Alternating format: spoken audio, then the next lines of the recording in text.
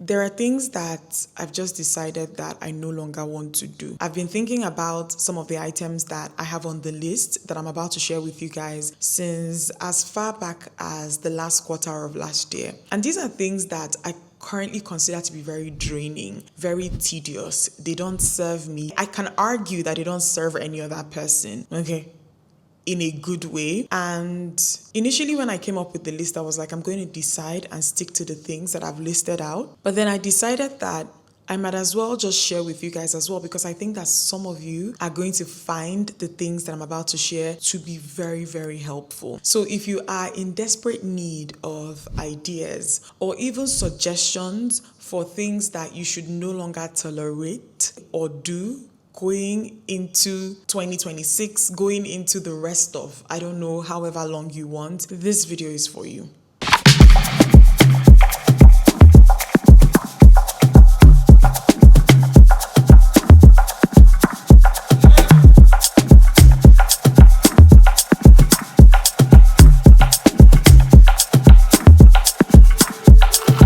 Hey guys, welcome back to my channel. I'm going to get right into the list. The first thing that I will not be doing in 2026 is not complaining. Please hear me well. I did not say that I will not be complaining in 2026. I said that I will not be complaining in 2026.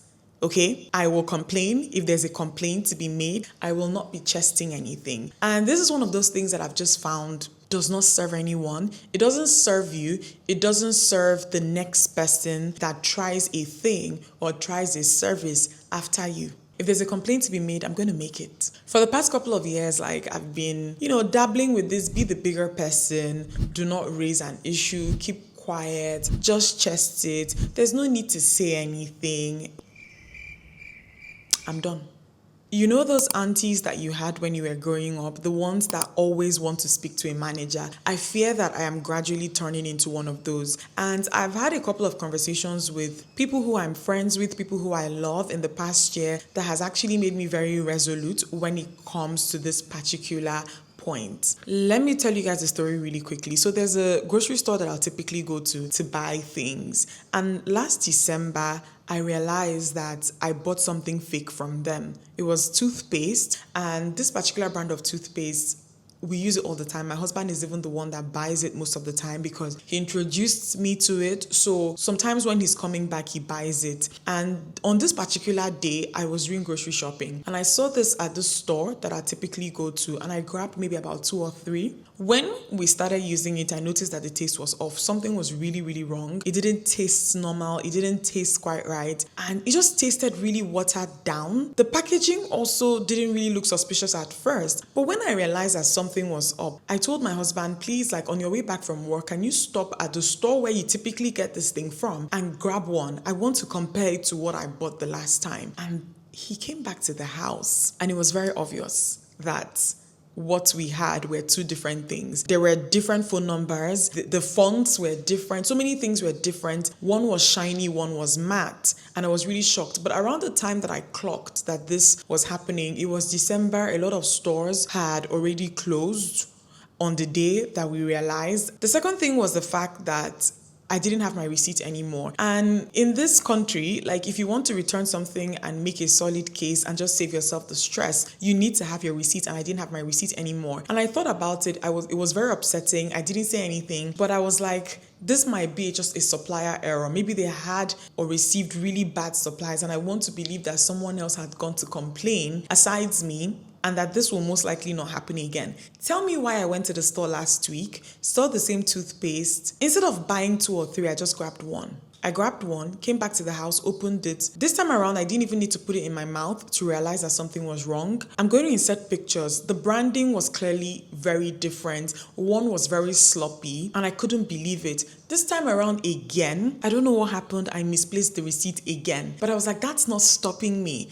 I went to the store and I asked for the manager. Initially, they brought one guy called Chris, who was trying to gaslight me. And he started trying to say, the reason why the packaging looks so different is because one is imported and one is manufactured locally. If one is manufactured locally and the other one is imported, why does an imported product have a Nigerian phone number on it? I went off. Okay, and I made a very big ruckus about it. They had to call other people to come in, and at that point they started apologizing and started looking at things more closely, because I'm like, why are you trying to gaslight me? But the thing is, they were like, oh, we're going to work on it and we're going to investigate and find out who supplied this thing to us and hold them accountable. I was like, okay, fine, that sounds nice, but take it off the shelves. That's what I wanted. Remove it from the shelves, because you don't want people buying rubbish. And outside of that, I'm also at an age where I have a lot of friends who run businesses now. It's either retail, sometimes it's hospitality, sometimes they're providing a service. And I remember one of them sitting me down last year when I was explaining, I just mentioned passively that the last time I had patronized her business, that the service was a bit sloppy, but I didn't want to make a fuss, so I kept quiet. She literally looked me in the eyeballs and she was like, Dimma, the only way for me to change, the only way to prevent me from looking crazy, the only way to ensure that another person does not have the same experience is when you complain. You have to complain. Not only does it protect you, it also protects the next person who comes in to use a thing or a service after you. So this year I'm going to be complaining. If there's a complaint to be made, I will complain. Obviously, I'm not going to be ridiculous about it, but I will be raising issues. I know that most of the time when you're an end user, we are not thinking about the people who are building these businesses. But one thing I can tell you is that a lot of the time they actually invest money. They train staff. They invest in equipment. They do a lot of things. And someone who is just front facing is ruining everything for them. So please complain. I think you should also take up complaining. The second thing that I will not be doing this year is kind of a bit unique to my business, and it's that I will no longer be entertaining brands or clients who use informal channels to discuss work. I've had this rule since 2018, 2019, but I'm actually doubling down. It doesn't serve me. I don't think it serves a lot of people, and I'm going to explain why. Instagram DMs, for example, are a mess. Some brands will reach out to you via social media, like direct messaging. Sometimes that works, okay?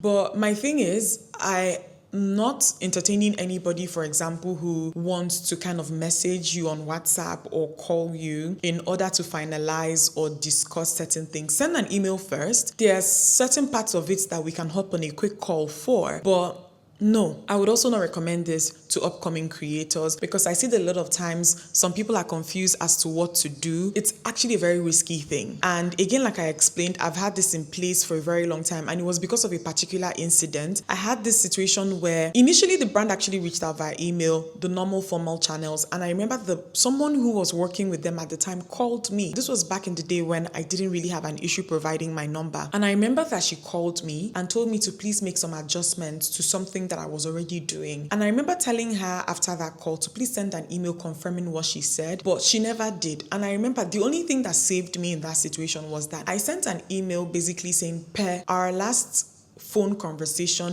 this is what we're going to be doing. She didn't really acknowledge it. I went on ahead to do what she asked me to, which was her idea. I realized later that she took that decision independent, like she didn't run it independently, She didn't run it through her client. And then when I submitted what she asked me to do, the client absolutely hated it. I wasn't even a big fan of it in the first place, but the client hated it. And then she comes back and just throws me under the bus and basically says that she never asked me to do such a thing. And so I am begging you, use formal channels when it comes to work. The reason why I'm even doubling down is because last year I let a client kind of pressure me or put me in a situation where they were like, oh, we just need a phone number. And we used it very briefly during the approval process when things were going back and forth like very fast. And there was just one time, like one day when we used that. And then after that, tell me why when it was time to pay me, they refused to send an email. They now went through this door that I had opened, which was private messaging, to tell me that they were going to delay my payments by 3 months. I was like, no, that's not happening. I took a screenshot and I forwarded it straight, fiam, okay, to the email. I said, we're not doing this. We're not. And so I'm saying this to anybody who is really confused when it comes to this particular area, that it's important that conversations start via emails. Just make sure that things are formally documented. And you know the reason why emails are perfect? They're fantastic because it creates a thread that everybody can refer to. It makes for very good reference. So guys, please maybe consider this. I think that it has helped me largely, and I am doubling down on that this year. Third thing that I will not be doing this year is doing things just because it's expected. I'm not doing things because everyone is doing it. To be honest, I don't follow the crowd much, but I'm going to be more intentional about this for the rest of the year, because some of you might look at some people and be like, oh, they're so confident, they're so this and they're so that. They are immune to peer pressure. Yes, largely I am. Sometimes I'm not. Okay? And a very particular, specific example that I want to really use to emphasize this point is going to events. I work in an industry where events are kind of a big deal, okay? The dress codes are hefty, and sometimes the notice is very short. And it's very, very expensive, what you have to do to gather yourself to attend these events. And I see creators sometimes literally killing themselves to get invitations, thinking that, oh, if I get invited and I show up, it converts to paid work. A lot of the time, it does not. I have experience, and I can tell you guys, 2018, 2017, 2020, 2019, I was going for all the events. And I was very, very visible. I would show up, I would pay money, I would do all the things that, were needed. You do this because you want to, but a lot of the reasons why I think I attended events sometimes back then was out of fear of missing out. And because you're convinced that if you show up enough, then they will consider you. It doesn't really work like that. When the budget is present, they will go for bigger fish. I think that that's how it largely works. And so I'm saying this basically to say, especially to up-and-coming creators, to not let the fear of missing out put them in trouble. Events are very expensive to attend, especially here. You do your hair, you do your makeup, sometimes you have to buy a new dress. No, I think you have to be very intentional about the things you choose to show up for. So this year, I've decided that I'm going to honor events that are just kind of easier for me mentally, easier for me physically. I will go to events because I genuinely want to show up at the place. Like I want to, it's something that I want to be part of, not out of fear or for the sake of it. I have to already most likely have something in my closet that I can wear or be comfortable to buy something. Like I am financially in a place where buying something is not really stressing me. It's not a stressor at that time. I'm going to be very, very intentional because sometimes what we think converts to certain things don't necessarily. And you see that you just stretch yourself thin trying to accommodate certain things. You don't need to.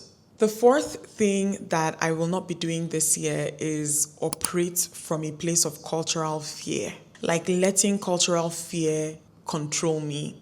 You guys know the vibe. We come from a place where sometimes it's like, don't share good news so they don't spoil it. Don't show you're struggling too so they don't laugh at you. Nothing is good to show, okay? The one end of it, you can't show. The other end of it, you can't show. I don't personally, and this is after like a lot of introspection, I don't believe in the illusion of perfection. I'm a very intentional person, very detailed, but I do not think that, especially when it comes to the human experience, that you have to look like you don't have problems, never experience problems, and that everything is easy for you. No, I don't even think that it makes someone relatable sometimes. So basically, I've decided that in 2026, I'm going to be very intentional about who I receive advice, recommendations, or suggestions from when it comes to very specific things, because I think that a lot of people operate from a place of fear. Why are you not sharing something? Why are you not letting something on? And I'm not a big fan of coming and sharing everything about your life on social media. You guys know that. But sometimes, if you feel like something is going to help people, why do you hold on to it? I think that God has given me an audience for a reason, and I think that me maybe sharing my experience can help or prevent someone else from going through whatever I have gone through. But me choosing to not share because people will laugh at me. Sometimes when people give that advice, I actually ask them these days to kind of interrogate where it's coming from. If you personally believe that someone's showing that they've struggled with something or that they're kind of weak when it comes to a specific area would make them a laughing stock, you need to question where that mentality comes from. So you think, because the first thing I'll automatically think is, oh, so you think that people who are going through a hard time, like they deserve to be laughed at, even if there are people that you don't like. I don't think that you should laugh at someone when they have bad news. And if you hang around people who laugh at people when they've come to any type of misfortune, They are witches and wizards. I just feel like there's no point in pretending that you're not human. So this year I'm going to be even more intentional about like being as human as possible. I think that I've been very vulnerable with you guys, and I know that we're kind of at a stage in social media where vulnerability is not even rewarded. Sometimes it's just like after you've been vulnerable, people will use it against you. And so I get why a lot of people are just kind of practicing stoicism. But I feel like in specific situations, right? Especially when you feel like it will help. If it's a testimony, if it's going to give another person hope and faith, share. If it's a struggle or something that you know was a bit preventable, irrespective of the fact that it put you through a rough time, share. It could help someone. So that's it. I'm going to be more intentional about just being human this year. Number 5 would be no more blind book recommendations. I think I've talked about this already on Threads, but I didn't read a lot of 5-star books last year, or books that were above 4.5 stars, like books that I really, really enjoyed. Like I personally rated these things. I didn't read enough books like that last year, and it was because I kind of at a point was reading going off of what was trending. I'm not doing that this year. I'm going to be very intentional about who I take media recommendations from, especially book recommendations. Before I take recommendations where it comes to books, or before I allow someone influence me when it comes to books going forward, I want to make sure that I study the creator properly, pay attention to what they've rated highly already, see if it kind of aligns with my own experience, and then go on ahead to make a decision. I have to know that your taste kind of aligns with me already. And this, I think, applies to all kinds of media, to be honest. I found with some of the books that I read last year that some authors are overwriting. Like, I'm the kind of person who, when I'm reading, I want my mind to do the world building. I love it when authors write in a way that leaves room for imagination. Like, I remember reading a book where, I'm not kidding, it's like he made a statement and then he bit his lip and then he rolls his eyes and then he turned his head to a 45-degree angle. What is actually happening? Why are people writing like this? And I found out that there are actually a lot of people who enjoy this type of writing. I just don't. And I don't have any beef with people who enjoy this type of writing. I personally don't enjoy it. And I'm going to be more intentional this year to make sure that I don't buy books like that. Last thing that I will not be doing this year is chasing the algorithm. I'm going to do things because I want to, because they look good to me, because I enjoy them. I'm not going to overthink a lot of things again. And it's because, to be honest, like me getting to this point that I didn't like, it didn't also happen in a vacuum, because you work in an industry where you're encouraged constantly to consider things from another person's perspective, do all these analytics, try to figure out if this would do well and that would do well. And at the end of the day, you see that you are more focused on whether other people would like what you're putting out and less focused on whether you like it. I want to be more focused on whether or not I like it. I think that there's an initial joy that I used to have very early on in my career when it comes to work that has been sucked out over the years. And it's because everybody's throwing all kinds of advice at you, you know? Everybody's throwing all kinds of advice at you. And they mean well, don't get me wrong, but it can create issues that you do not necessarily want. I did an evening routine video recently, and when I was creating the thumbnail, it was just a clip that it wasn't a collage, first of all, because I've been doing collages for a very long time. In this picture, I wasn't even looking at the camera, I was looking away. I took my time. It took me about maybe 15 minutes to edit that thumbnail, and I loved it. Like, I looked at it and it made me feel something. And I haven't felt like this consistently in a while. And so it made me really, really happy. So this year, going into this year, you guys are going to see sometimes some very unusual type of thumbnails from me. As long as I like them, I think that that's what matters. And this applies to all the parts of like just creating content. You know, I want to do things that give me joy personally, just going into the rest of the year. So yeah, guys, that's it. These are things that I have decided that I will not be doing. What about you? Are there things that you've decided at your age, at this stage in your life, in this season in your life that you no longer want to do, I am open to suggestions and recommendations. Please share with me in the comment section because I'd love to read it. I hope you guys enjoyed this video. Give it a thumbs up if you liked it and subscribe to me if you're not yet subscribed. I'll see you guys in my next one. Mwah.